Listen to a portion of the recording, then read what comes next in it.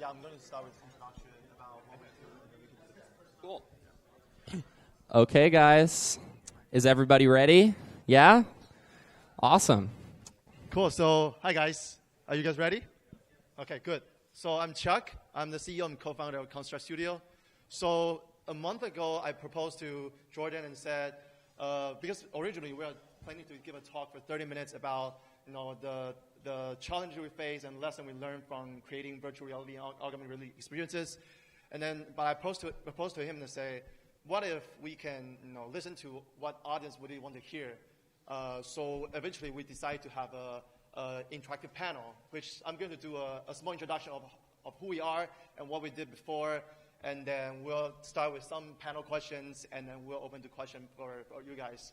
So I'm Chuck, and this is Ben, our art director, and Amy, our director of engineering, and Mike, our development director. So basically today, I want, because I know there's a lot of different roles in the audience, so I want to make sure that everyone got the question asked. So I bring all my directors here today. So we're a Construct Studio. We use, we create games and simulations with virtual reality and augmented reality. So this is the picture that we did a team building. We went to the Speakeasy SF. I don't know if you've ever been there. They are shutting down in 2 weeks. So make sure you go there. That's a really good experience. We got a lot of fun over there. We dressed up like 1920s, and yeah, we have a lot of fun. It's a pretty great night out. It's amazing. So I recommend you guys check it out while they're still around because it's pretty good. Yeah, they are shutting down on August 14th. It's good for game designers too. Yes. You can learn a lot from it. Yeah. Yeah. So tell you guys a little bit about us. We started as a game studio in 2016. We created one of the first VR interactive storytelling experience called The Price of Freedom. So the Price of Freedom is based on the real story of CIA's mind control program, Project MKUltra, back in the day. Basically, CIA used all kinds of drugs, like LSD, all kinds of crazy drugs, try to mind control people and make people become assassins, become something else, and try to get information from other people. And recently, the CIA used released all those documents, and we bring those documents into our experience, and we want to make you like you are the main character in the movie, but you figure out who you are and where you are through actions. So I'll show you a trailer of the game.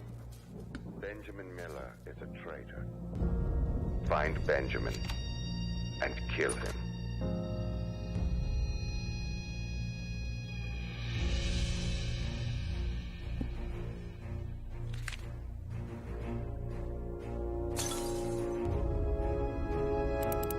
This is the confession of Benjamin Miller, traitor to my country. I am the infiltrator of Westgate Psychiatric. I have here Dr. Engel's research files, and I will read out every one. Kill Benjamin.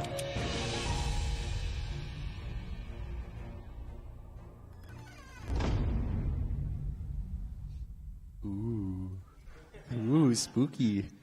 Yeah, so the reason why we make this game is because my co-founder, Joel Ogden, unfortunately, he is not able to be here today, but he was actually an army veteran. He went to Afghanistan, chased Bin Laden, and he fell and came back, and the government paid for the school to start learning how to make 3D art, and then came to CMU, we study at Carnegie Mellon. There's a game department called Entertainment Technology Center. That's where I met Amy and Joel. And then after we graduated, we need to start a company because we've been working on VR and AR so long, and there aren't a lot of companies that we really want to join. So eventually we just started this company. And I agree with Joel to make this is because with his experience, he can really tell the story about what it is. So this piece, The Price of Freedom, we got featured at Sundance Film Festival in 2017 because Sundance is all about storytelling, and what we really want to tell is using VR as a new medium to tell a story. And we also got featured at Unity Vision Summit as a runner-up of a Best Narrative VR. Also got featured in a few articles. And then because of this piece, we got into HTC Vive X Accelerator, and we got a little bit of investment on HTC. But during that period, we start talking to a lot of developers and artists, and we realized that the tools out there wasn't enough to create, not easy enough to create immersive VR and AR experience. So we started making the tool called Vera. So what we're trying to do is basically, for example, WordPress is the template system for creating website. we are creating a template system for creating VR and AR PC mobile console games. We want to try to make sure that people who don't know how to write code can still create immersive experiences. So there's another video to talk about what's Vera. Modern games have much more interaction and complexity than they used to. It can take a studio several years and millions of dollars to build a current title. Trying to recreate the functionality of everything in the world is a massive task. Our brains naturally deal with the complexity of the world by placing things into categories. So, why don't we categorize things in our virtual worlds the same way? Introducing Vera, a template system for game development. Vera uses templates to describe an object's functionality. This allows studios to create more complex interactions with less time and money. Because everything in the world is built on templates, the same object can work in a VR, AR, PC, console, or mobile game. It's time to modernize game development. Let's templatize the virtual world with Vera. Yeah, and because of this, so we start developing Vera for around a year and a half, and we still like, as everyone know, I don't know everyone. How many people have tried VR before? Actually, wrong question. How many people haven't tried VR before? Okay, we have a demo over there. You can try it out later. And how many people haven't tried AR before? So just so you know, if you are using iPhone actually, any iPhone that's 6S and above, you can run AR pretty easily. And you can just type in, my favorite app is not a game, but it's an IKEA AR. It's basically you can play, you have an empty room and you want to buy new furniture, but you don't know how big that is. You can use AR to place it first and then buy it before you decide it. No. Decide before you buy it. Yeah, sorry, English is my second language. I'm originally from Taiwan. Sorry about that. Yeah, so after we finished the Vera, and we're still polishing it, but in the meantime, we are able to, before we commercialize it, we are able to use it in-house. So we're working with a lot of clients because we are actually one of the few VR AR studios still alive in Bay Area. So we are lucky enough to survive. We stay lean and try really hard, sometimes bootstrapping. So, but we are lucky enough to got a lot of clients and survive until now. So this is the demo reel that we work with our client, and I want to show you this as well.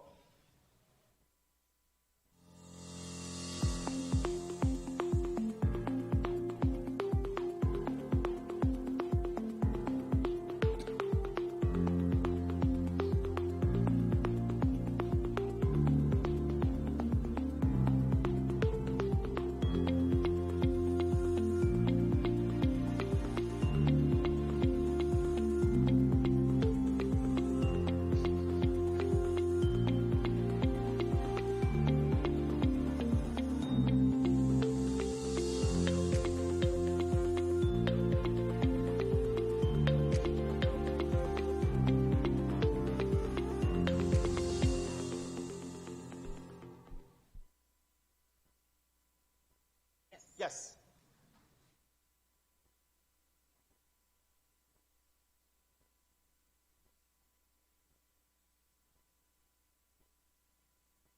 Which company? Oh, the game engine construct. We actually haven't received that. I know about the game engine, and some people have used it, but we actually haven't. There have been some older companies with the name construct that sometimes have come up, but actually not as much with the game engine. Yeah, so we work with, so in terms of the client project, we work with automotive industry, airline, marketing agency, Hollywood studios. Because we started working on VR and AR since around 6 years ago. So our expertise is basically using VR and AR to tell story, to help these companies to solve problems through VR and AR. So this is, we work with VR Scout, which is one of the biggest VR news media, and we create the Christmas tree for their Christmas event. And we also do Adobe R event, doing a VR swing set. And this one, it's a doctor came to us. We built a virtual clinic because they want to immerse their patient into an immersed environment. So we create this for them. We also work with Hollywood Studio. And also training is a big part in VR because right now, a lot of time you need an instructor to basically teach a lot of students, but not a lot of students they're really listening or they can really practice with it. With VR, they can just come in and train themselves anytime they want. So training is a big part in VR as well. So the last video I'm going to show today is the demo we are showing here. So this title is called Homodrome. It's basically you are a redneck junkyard owner in the future. You like listen to your radio. You like drink your beer, and you like make your home weapon. So basically, but one day, the drone court, which is the AI drones, they come to your homeland and decide to. So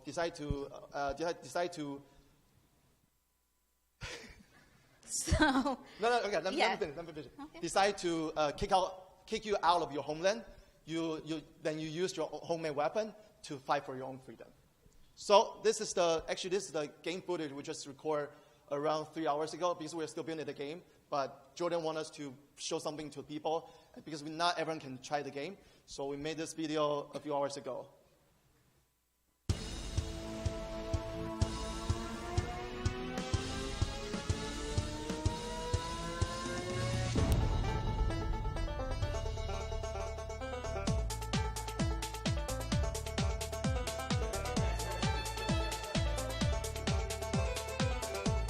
That's the battery blaster and the soda cannon.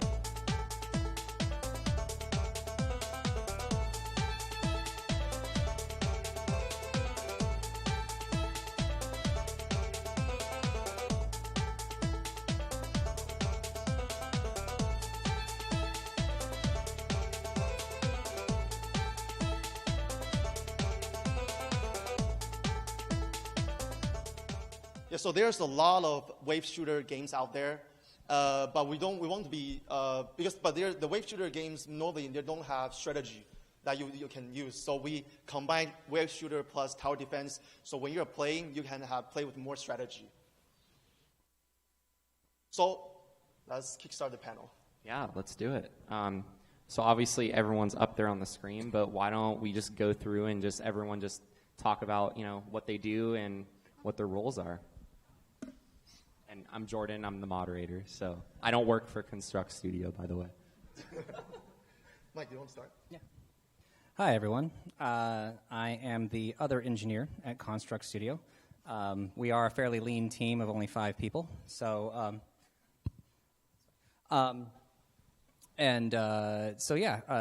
the lead engineer. It says development director because titles. I'm, like I said, the other software engineer. We do all kinds of different programming from all kinds of different platforms, all kinds of different languages. Generally, it's mostly Unity, so C#, but a lot of stuff that we do with Vera, we do some stuff with C++ and Python and a couple of other things. Both Amy and I have generalist backgrounds, so we're kind of whatever needs to be done. Some things about VR are defined, but there's still some things that still need to be rolled, so sometimes you have to go a little outside what's there and MacGyver something new.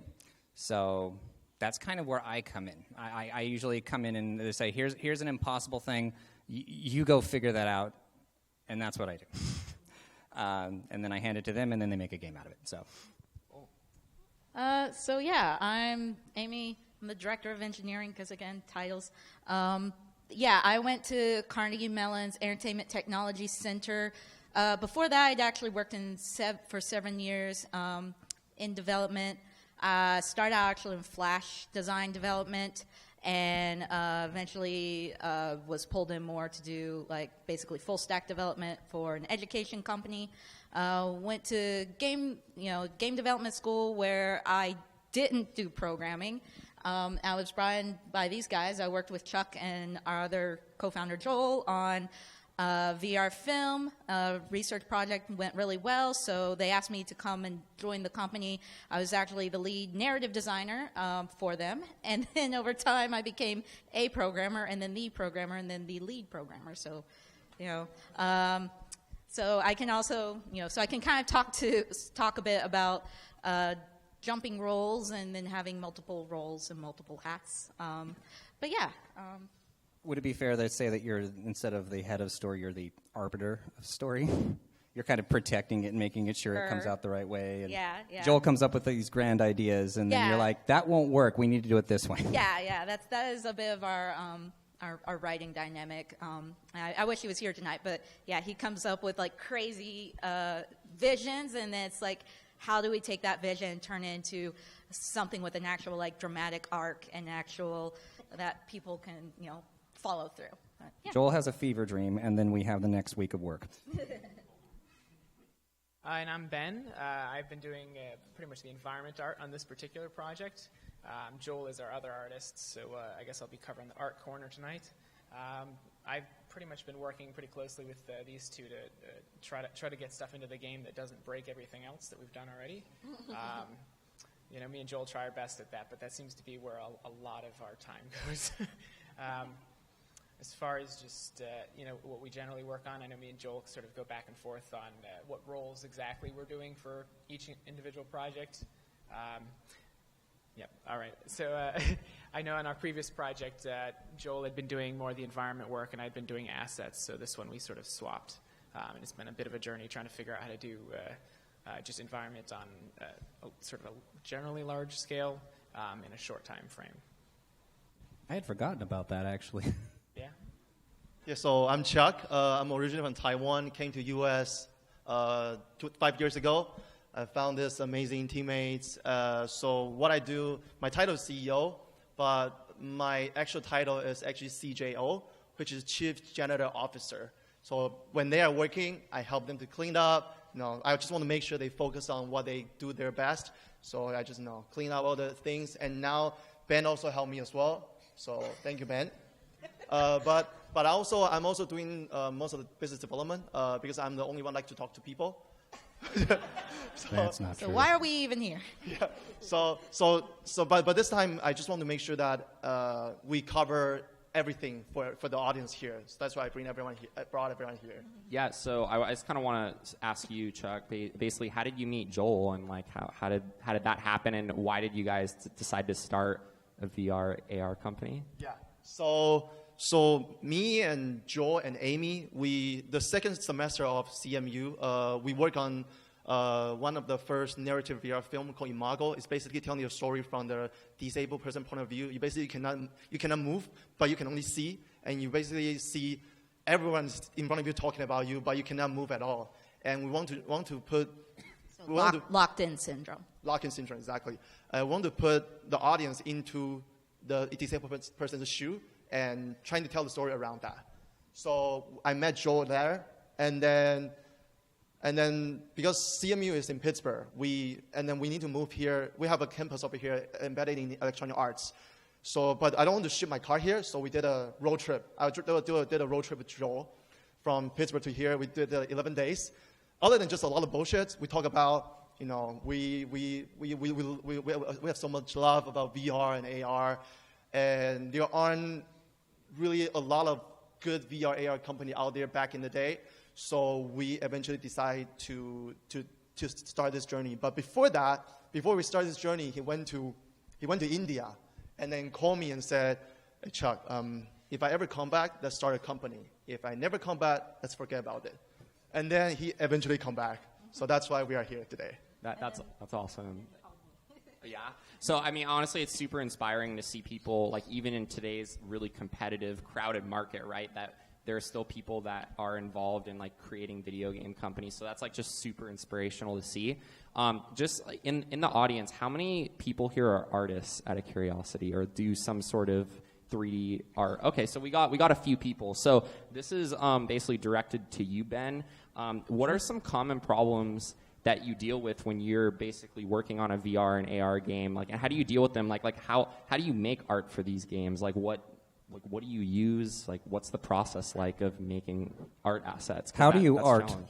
Yeah, how do you do it? So as far as specific to VR goes, one of the issues I've been running into a lot as we sort of get further into the project and we have time to apply textures to more finished models, there's a very limited range that you can actually read textures from in VR. The resolution is generally pretty low, and we're going to see a little bit of an uptick on that in the newer headsets. But I know I've tried stuff like just simple signs with words on it, like you can't read them unless they're right here. And if you're doing, something like we've had pieces of paper with text, if you sort of stop to think about the size of the font on the paper, it feels like you're reading a children's book a little bit. But that's kind of what you need to do to make things clear enough for the player to consume them and actually understand what point you're trying to get across to them. But on the plus side, that also means that you don't have to lean so heavily on textures, which opens up a lot of doors as far as stylized design goes. You can rely more on just flat colors, which is what me and Joel both did for the bulk of this project. We actually used sort of just flat colors right up until the end, and now we're sort of starting to add a little bit of detail in there. So it gives you a few corners you can cut and, takes a couple other options off the table at the same time. As far as making the assets goes, it's pretty much the same as any other pipeline. You just want to be very careful about performance. You want to make sure you have level of details wherever you can use them, light baking, and just reducing your overall footprint so that you're not sort of overwhelming these sort of performance-heavy systems. Everything has to be rendered What twice. software do you use? Sorry to interrupt, but... Yeah, I use Maya right now. I've used Modo previously for the modeling. For texturing, I use the Quixel suite and Photoshop. Amy, so question for you. Basically, like, what are some common problems that you deal with, like, being an engineer and basically, developing these AR and VR experiences? Like, what are some of the major challenges that you run into on a daily basis that maybe the audience could benefit from hearing? Yeah, I think that's my answer, just all of them. I think the thing that comes to mind as far as the daily, biggest questions, it's always scope. Every single day, we're all developers. We all see, all the things both we want to do, ideas we're excited about, and also, bugs that need to be fixed, things that, we need to do. And there's a constant juggling, day to day, week to week, of, all right, we have more to do than we can do right now. How do we prioritize? What's more important, getting in, improving the aesthetic of something or improving the usability of something? Improving the feel of the gameplay at this moment, or is it, improving, optimization, and you're constantly having to make choices, and there's also a lot of, like, killing your babies. A lot of, you come up with amazing ideas, and I mean, this game had full-on, like, crafting system at one point where you were, like, using different resources you collected. It took, like, a third of the dev time we spent on that, and then we ended up just, like, toasting it. Yeah, it wasn't along far enough, and we're like, if we want to get this game out in a reasonable amount of time, we can't do this now. Maybe one day, but, and it's not a loss because you learn a lot in that process. But I see some people laughing. I feel like most people have been here at some point or another. Yeah, a lot of people are like, oh, yeah, I had this amazing idea, and it totally didn't turn out like that. Or I totally couldn't do that. I have never been on any project, VR or otherwise, that didn't get cut at some point. And it is something you live with. As far as VR specific, I'd say... And this isn't exactly an engineering challenge. I'd say the challenges for VR are not as much about the code itself. There are optimization challenges for sure, but a lot of it is in the design.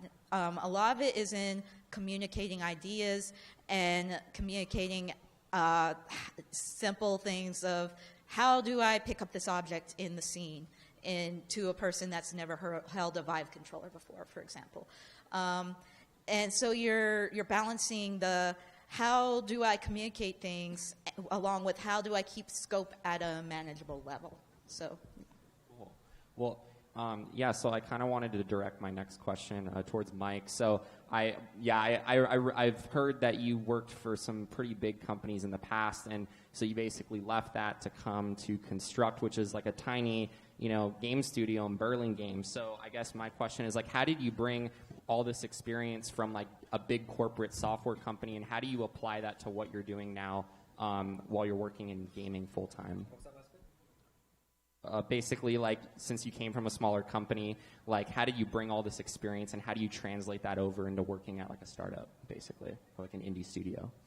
Well, I think part of that is because I actually started at a startup in my first job out of college. It's this company over in in Soma, a company called InGrooves. I don't know if you are. They're essentially, anyways, they're like a broker of digital media between the music makers and Amazon, right? And so I got kind of to see at a very early beginning what it's like in a startup, but I also was not ready for a startup at the time. I didn't really have enough confidence in myself as a programmer, and I just didn't really mesh as well in that environment. It took me going through corporate to actually appreciate the controlled chaos, so to speak, that is working in a startup, as well as the wearing of many hats.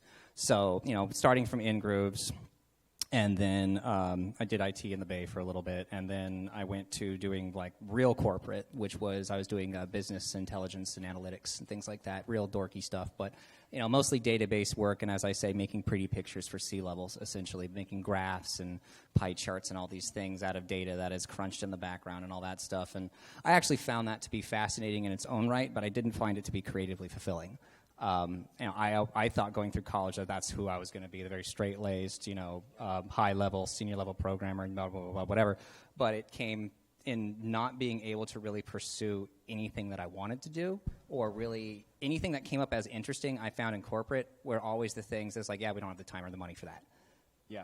So. Yeah, so I guess like my next question is, like, since you guys are an indie studio, and Chuck, maybe you can be the one to answer this since you're like the co-founder, but like I know that all of us indies, like when I was doing indie development, one of the hardest things, right, is monetization.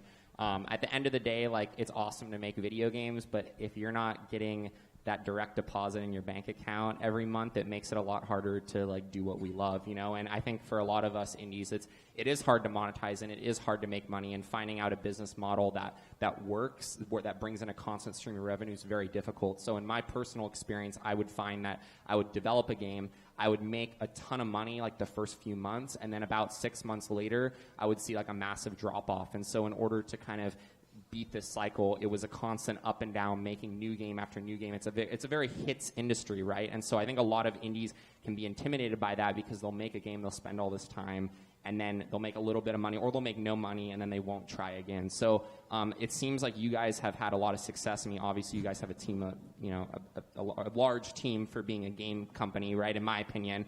So how are you guys doing it? Like, you guys seem to be killing it. Like, what's your secret? What can you share? Yeah, so I'll be honest with everyone. So as everyone knows, the VR industry has been really hard. We call it VR winter, because the headset wasn't sell as fast as we want. So our love is content creation, to build games. That's why we started as a game studio. But we also know that there's a lot of people, a lot of corporates need to need content. That's why we start making client project. So the way we survive until now is because we got lucky. The Price of It has a big hit. Not, I won't say a huge hit, but it's a decent hit for us to make our name out there. And then we we got investment on HEC, and then we start getting in touch with a lot of clients. So we basically we use the money we make from the client to support our love in game development. So that's the. So you said you got an investment from HTC. Mm-hmm. So can you talk a little bit more about what that involved, or what that business process, what was that discussion about? Yeah, so as everyone knows, HTC released their first headset in 2016, and then they want to, because they are a hardware company, but they want to make sure that the industry is going the healthy way, and content is always the thing that drives a hardware sell. So they start investing a lot of content creation company and also technology company. So we are one of them they chose. And we are lucky enough to go into their accelerator, which is a 3 months accelerator like Y Combinator, but similar amount of money, but I cannot talk about it because it's under NDA. But because of that, we got to connect with big corporates, and we start connecting. Now we are official partners with Facebook, Oculus, HTC Vive, Microsoft, PS, PlayStation, and that's all happened from that point. That's really awesome. So could you go more into detail about, so you're basically building games for clients. Are you guys building games for like that you were releasing under Construct Studio? And then if you are, what are like your guys' monetization strategies like if you were to release these games? Yeah, so the price of everything was released on Steam and Vive Pro only. Basically, it's only HTC Vive headset. But the new game Homodrome, our distribution model, it's basically we're going to release on all the platforms. So because when we are creating the Price of Freedom, we only got the HTC Vive device, so we only design for that. But we realized that HTC Vive is not the only player out there.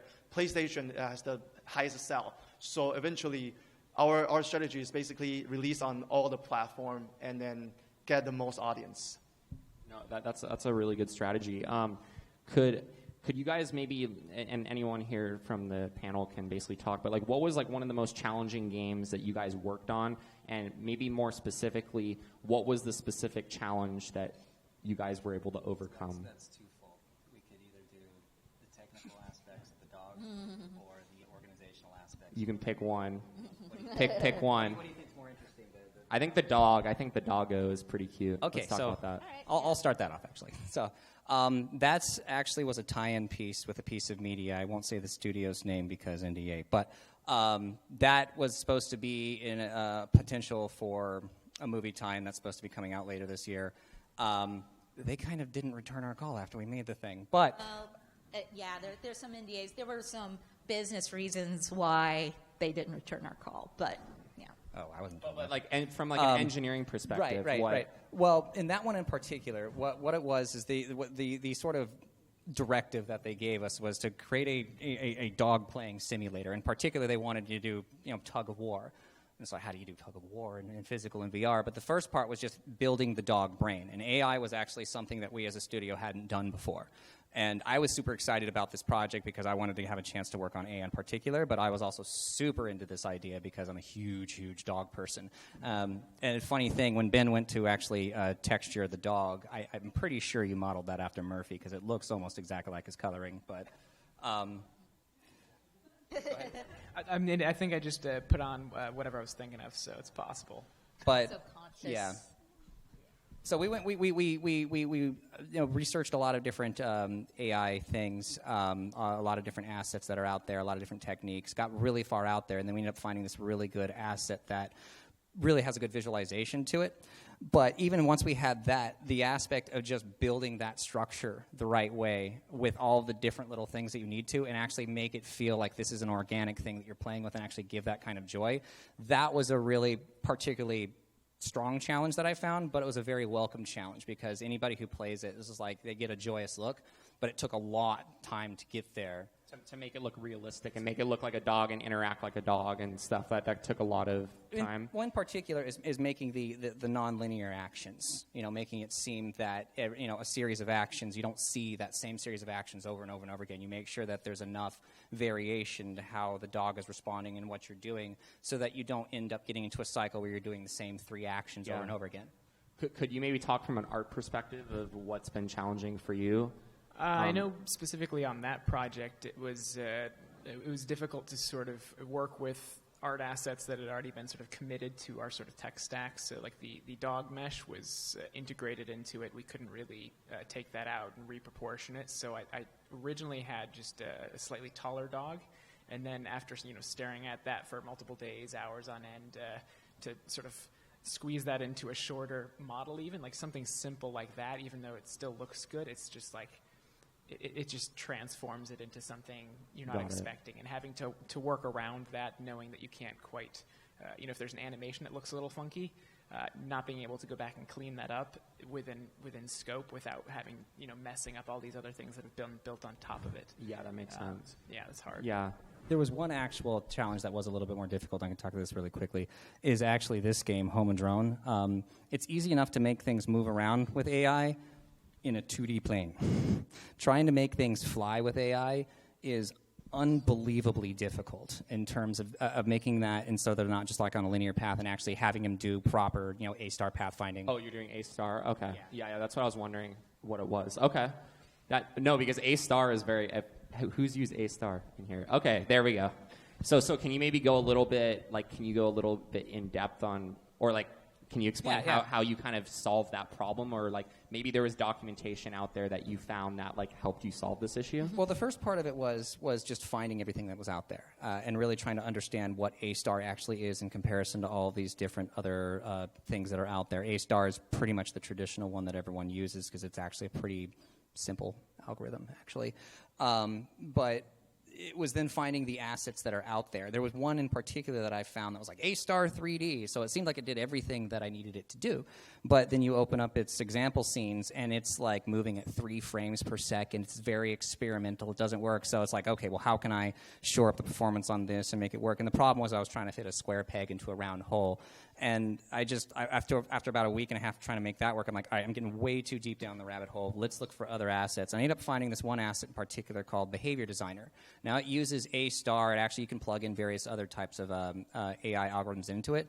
But what made it very easy in particular is it had a graph editor, very similar to like you see with like Amplify or other things. So it made making the brain decision, the decision tree, actually a lot easier in terms of constructing it that way. But in terms of making it fly, what I ended up finding was thinking is that in Unity in particular, there's this little thing on the AI component that called base offset that allows you to essentially just set the Y of the thing. And I was like, oh, well, that's a very low-tech solution. So it really just became a matter of it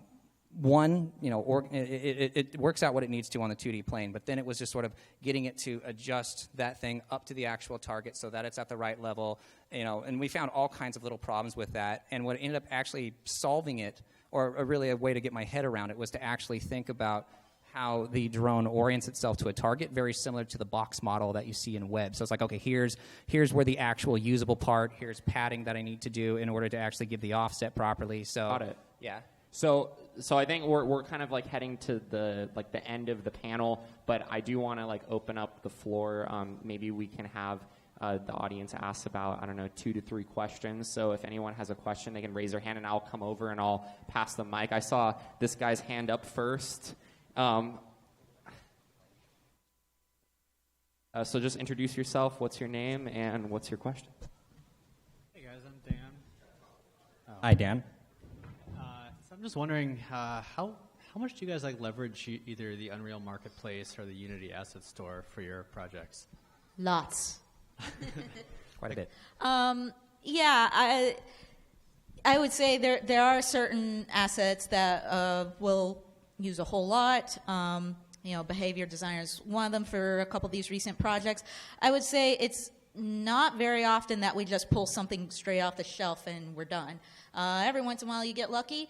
Almost everything that we've pulled, we take this and we're going to have to modify it for our needs. But yeah, the duct tape and hope. Yes. Does anyone else have a question? Who else is? Okay. What's your name? My name's Jed. I was just wondering, as an indie developer, how can Construct Studio help me develop games? Because I wasn't really clear on exactly what you're offering to indies. Yeah, so this is our tool set, and it's currently in development, though we use it in our current productions, called Vera. Vera does a couple of pretty cool things.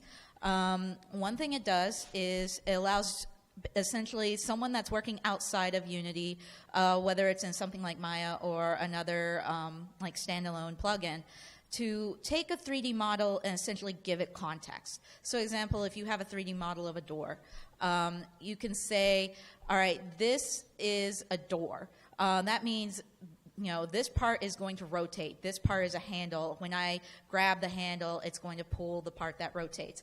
And essentially what is happening behind the scenes, when you import this asset that you export with our plugin, when you import it into Unity, it automatically adds components based on that metadata that you have applied to it.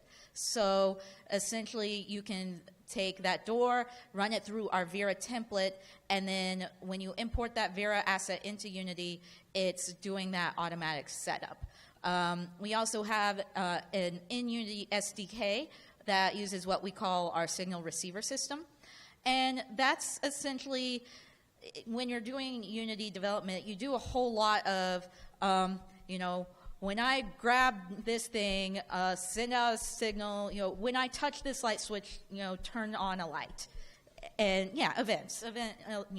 And this basically takes a way to expose a lot of those common events that you do into something that is exposed at the component level so that you don't have to code it. So you simply have to put a signal on that says on touch, and it's going to send out a start signal, for example. And then you attach that to a light that says when I receive a light signal, turn on. When I receive a start signal, turn on. When I receive a stop signal, turn off. So it takes all of these more complex interactions and breaks it down to a very basic set of signals that someone like our artists or designers can use to implement some basic functionality into the scene. The analogy that I use sometimes is it's kind of like a recipe, but it's kind of like you apply the recipe, and then all of a sudden food. As she said, you've got a model, you identify all these different parts and what it does. Does anybody here work in IT at all? I don't know if anybody's ever heard of Chef or Puppet.